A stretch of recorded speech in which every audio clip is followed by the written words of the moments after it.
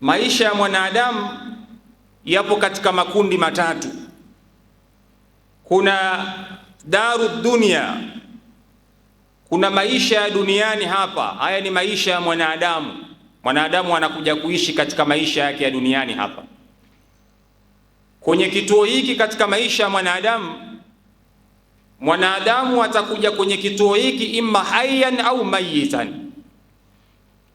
Atakuja kwenye kituo hiki cha daru dunia, katika nyumba hii ya duniani, akiwa yupo hai au amekufa, lakini mwanadamu lazima apite hapa, kwa sababu wako baadhi ya watu wanakufa wakiwa katika matumbo ya mama zao, lakini haina maana akifia katika tumbo la mama yake ndio litakuwa kaburi lake katika tumbo la mama yake. La, bado mwanadamu itamwajibikia atolewe katika tumbo la mama yake, aje katika darud dunia, lazima aje katika maisha ya duniani. Kwa hiyo hiki ni kituo cha kwanza cha mwanadamu katika maisha yake, kwamba atakuja hapa akiwa hayyan au mayitan.